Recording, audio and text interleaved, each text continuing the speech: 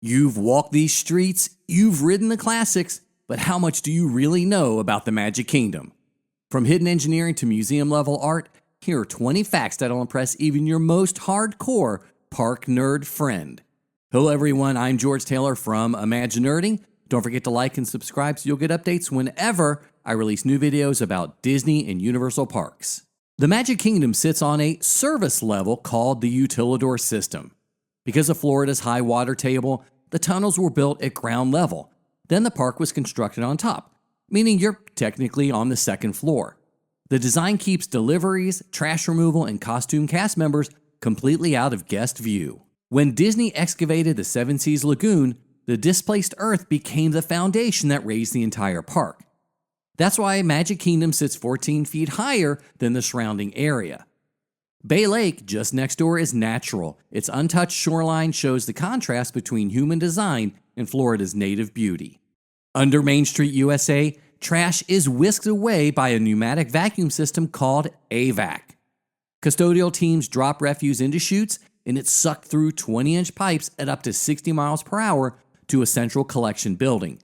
It was the first major entertainment use vacuum waste system in the U.S., helping the park stay spotless even on the busiest days. Cinderella Castle is built from a steel frame, reinforced concrete, and fiberglass panels. No bricks at all. Standing 189 feet tall, it was engineered to withstand Florida hurricanes with wind tolerances over 100 miles per hour. The forced perspective design makes it appear taller than it is, while keeping it below FAA beacon limits. Inside the castle's breezeway, 5 towering mosaic murals tell the story of Cinderella.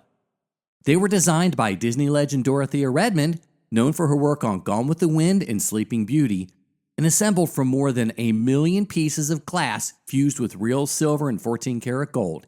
The stepsisters are colored, one red with anger and green with envy, a subtle storytelling touch visible only up close. Bonus ImagiNERDing fact: the mosaics were executed by Hans Joachim Scharf, a former Luftwaffe interrogator for Nazi Germany, who later emigrated to the U.S. and reinvented himself as a renowned mosaic artist. After World War II, Scharf lectured the U.S. Air Force on humane interrogation techniques before turning to art, creating works for Epcot, the U.S. Air Force Academy Chapel, and this castle corridor, a remarkable and controversial second act. The partner statue of Walt and Mickey was sculpted by Disney legend Blaine Gibson and unveiled at the Magic Kingdom in 1995, 2 years after its Disneyland debut. Gibson based Walt's pose partly on publicity photos from the 1950s, giving him a calm, guiding expression.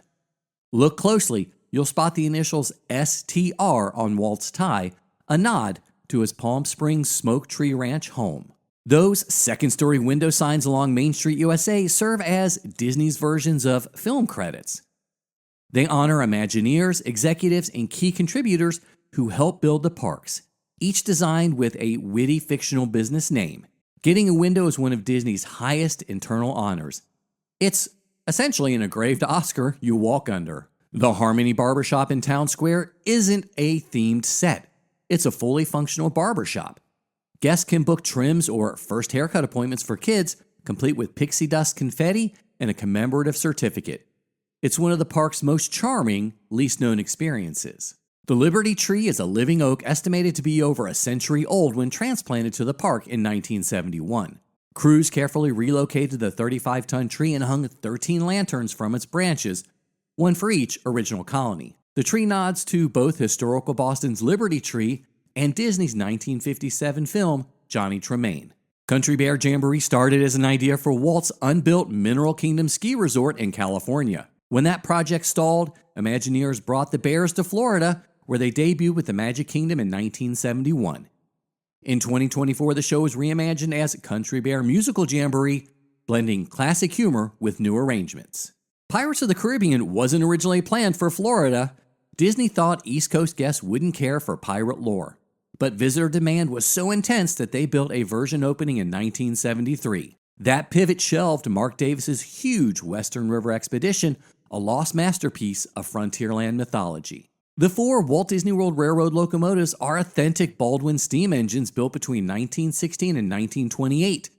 They once hauled freight across Mexico's Yucatan Peninsula before Disney imported and restored them in the late 1960s. Each was named for a Disney executive or family member, keeping Walt's railroad legacy alive. The Haunted Mansion's ballroom ghosts are a century-old trick, the Pepper's Ghost Illusion, scaled to theme park size.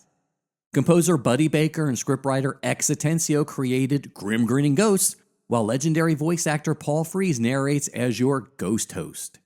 It's pure 19th century stagecraft with a Disney twist. Magic Kingdom opened on October 1st, 1971, but the official dedication came October 25th when Roy O. Disney read the plaque in Town Square with Mickey Mouse by his side. The flag raised that day had flown over the White House earlier that month, a symbolic touch for a truly American dream. Disney patented a scent delivery system nicknamed Smellitzers, devices that time-release aromas into the streets and show scenes. That's how you smell fresh-baked cookies on Main Street or the ocean breezes in Pirates of the Caribbean. It's Imagineering's way of making nostalgia literally hang in the air. Look around, and you'll see plenty you don't see. Utility doors, vents, and boxes painted a muted gray-green hue named Go Away Green. The color is carefully mixed to blend with foliage and fade into the background. There's also a blending blue for sky elements, both designed to trick your eye into ignoring the infrastructure. Buildings along Main Street and the castle itself shrink as they rise. Windows and bricks get smaller on each level to make the street feel cozy and the castle seem impossibly tall. It's a film set trick that turns a real park into a storybook town. Since 1993, each sitting U.S. president has recorded lines for the Hall of Presidents, starting with Bill Clinton. The show continues to evolve as new presidents take office, joining Lincoln and Washington in the spotlight. It's a rare moment where modern politics meets audio-animatronic art. The Magic Kingdom's address is in the city of Bay Lake, one of two municipalities established for Walt Disney World in 1967. The property used to fall under the Reedy Creek Improvement District, now the Central Florida Tourism Oversight District, so no, technically, you're not in Orlando. The Walt Disney World Railroad encircles the park on a 1.5-mile loop with real steam power.